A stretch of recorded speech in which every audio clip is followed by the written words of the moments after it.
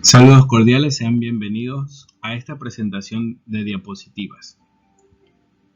Somos estudiantes de la Universidad Laica Eloy Alfaro de Manabí, de la Facultad de Derecho, carrera de Derecho, materia Sociología Jurídica, impartida por el docente Walter Rivera. Nuestro tema a abordar es precursores e indicadores de la sociología por varios autores, en los cuales destacaremos a Montesquieu y Comte en el siglo XVIII y XIX. También, por otra parte, tendremos a Marx y Spencer en el siglo XIX. Quien les habla, Albán Orozco Gregory de Jesús. A continuación, en esta presentación tendremos también a nuestros compañeros Alcíbar Ferrín, Ángel Heráclito por un lado, y por el otro a Calderón Franco, Jennifer Valentina. Por esta parte, no me queda más que decirles, bienvenidos.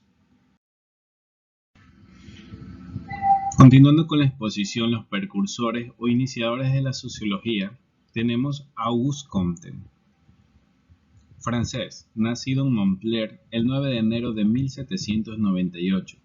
Falleció en París, la capital de Francia, el 5 de septiembre de 1857. Es comúnmente considerado el iniciador del positivismo y de la sociología científica.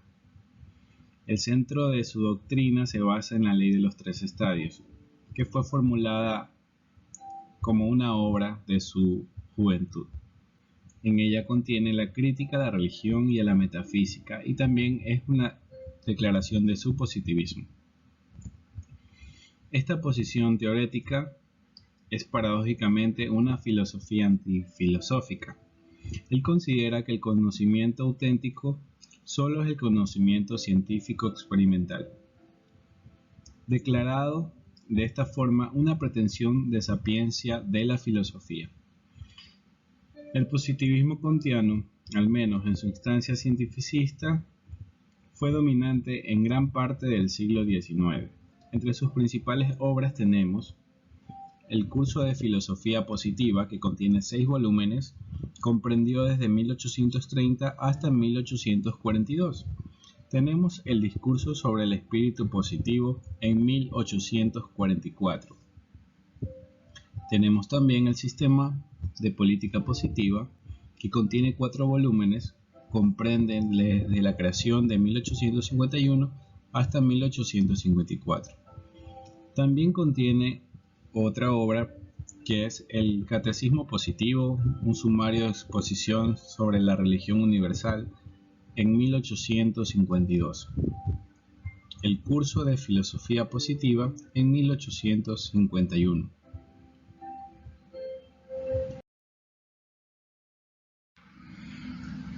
En las siguientes posturas se describe por qué Comte es considerado un precursor o iniciador de la sociología.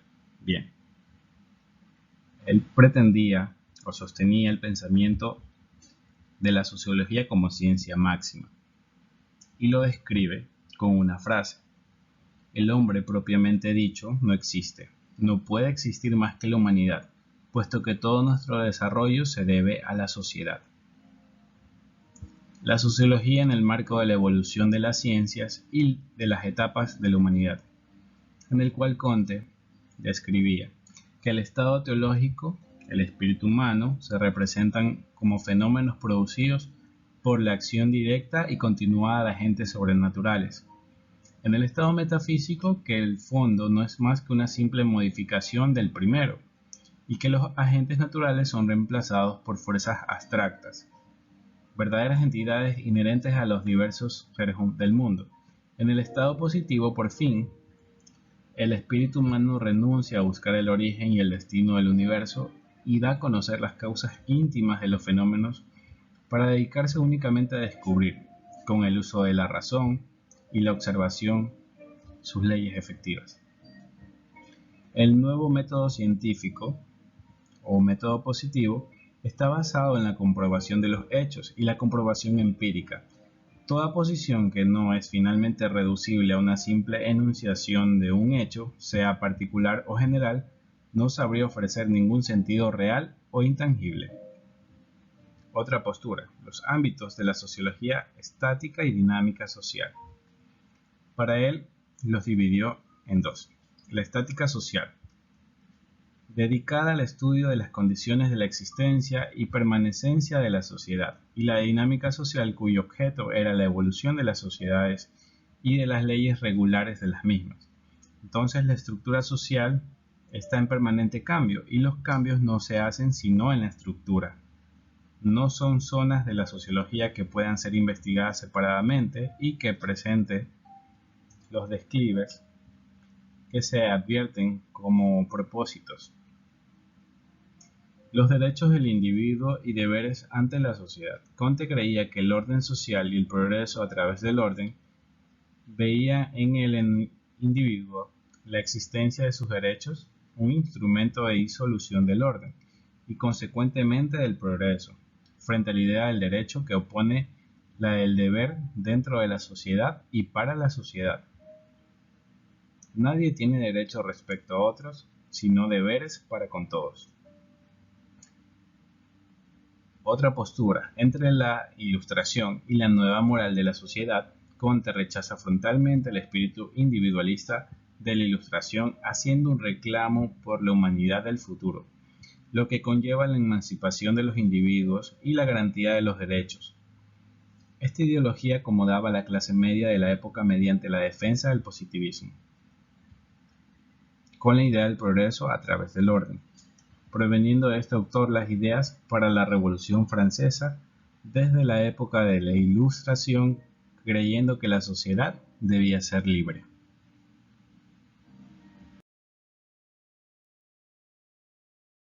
Biografía de Marx. Cada autor, y sin excepción alguna, tiene cuestiones distintas con respecto a su formación, dado que proviene siempre de una tradición familiar social que es muy particular.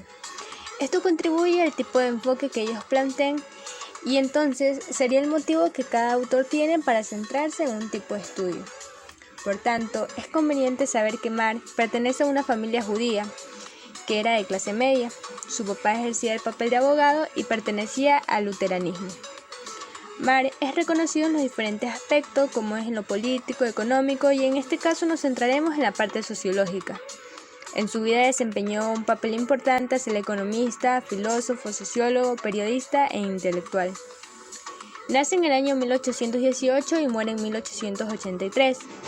Fue conocido por ser un genio tanto en la parte teórica como práctica.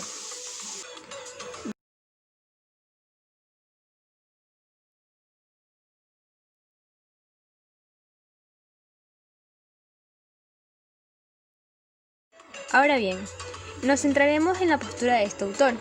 A manera de introducción, primero debemos entender que no es lo mismo referirnos a Marx y al marxismo.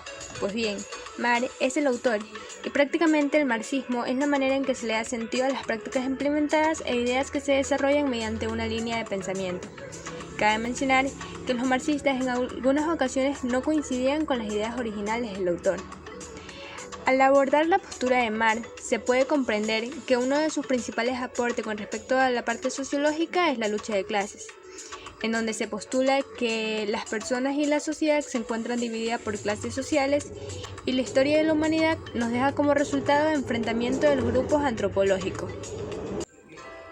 Al hablar del pensamiento marxismo, podemos entender que el mismo ha configurado una escuela sociológica conocida como conflictualista, en donde se enfatiza lo analítico en contradicciones estructurales, intrínsecas de toda la sociedad. Básicamente, las teorías del conflicto social buscan explicar cómo la sociedad necesita tanto de leyes y estabilidad, pero también necesitan de desacuerdos para de esta manera lograr una integración social, lo que puede conseguirse ya sea con un consenso o con una coacción.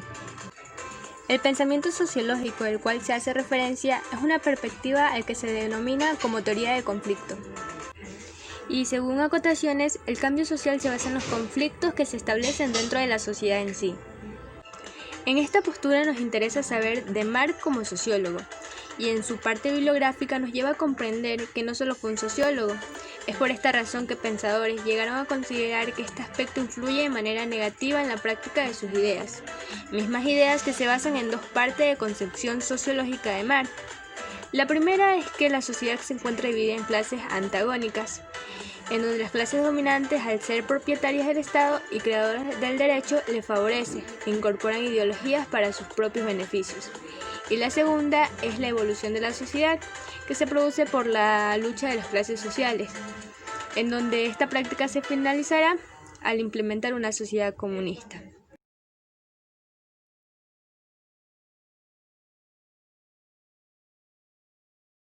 Al hablar de las etapas de desarrollo, en la obra marxista se comprende de dos.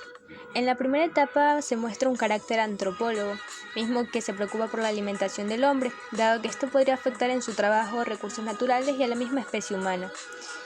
Tomando en cuenta al capitalismo y a la propiedad privada, se concluye que el trabajo y el producto no le pertenecen. Junto a esta temática de alimentación, interviene la antinomia, que vendría a ser un contraste con la particularidad del hombre dentro de la sociedad civil.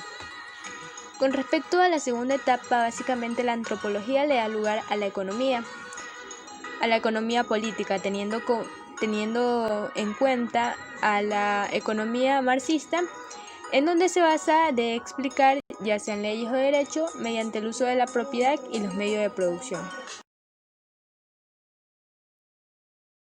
A manera de interpretación, se puede mencionar que dentro de la postura de Marx intervienen aspectos de suma importancia, donde él juega un papel importante al abordar temas de posturas ante el Estado y el derecho, y asimismo de su posición ante el humanismo y el determinismo, dando a conocer opiniones por parte de los juristas y también sociólogos de que para Marx un factor importante era la parte económica, pero sin embargo esto no es lo único en el curso de la historia. Marx siempre será reconocido como un gran pensador. Como opinión personal, las ideas de la sociología siempre serán relacionadas con aspectos filosóficos, en donde también influye de manera significativa lo que es la moral. Y tengo una postura totalmente diferente ante los demás pensadores, dado que considero que Marx, al saber de temas económicos, políticos e ideológicos, estaba más que capacitado para abordar a la sociología desde los diferentes ámbitos.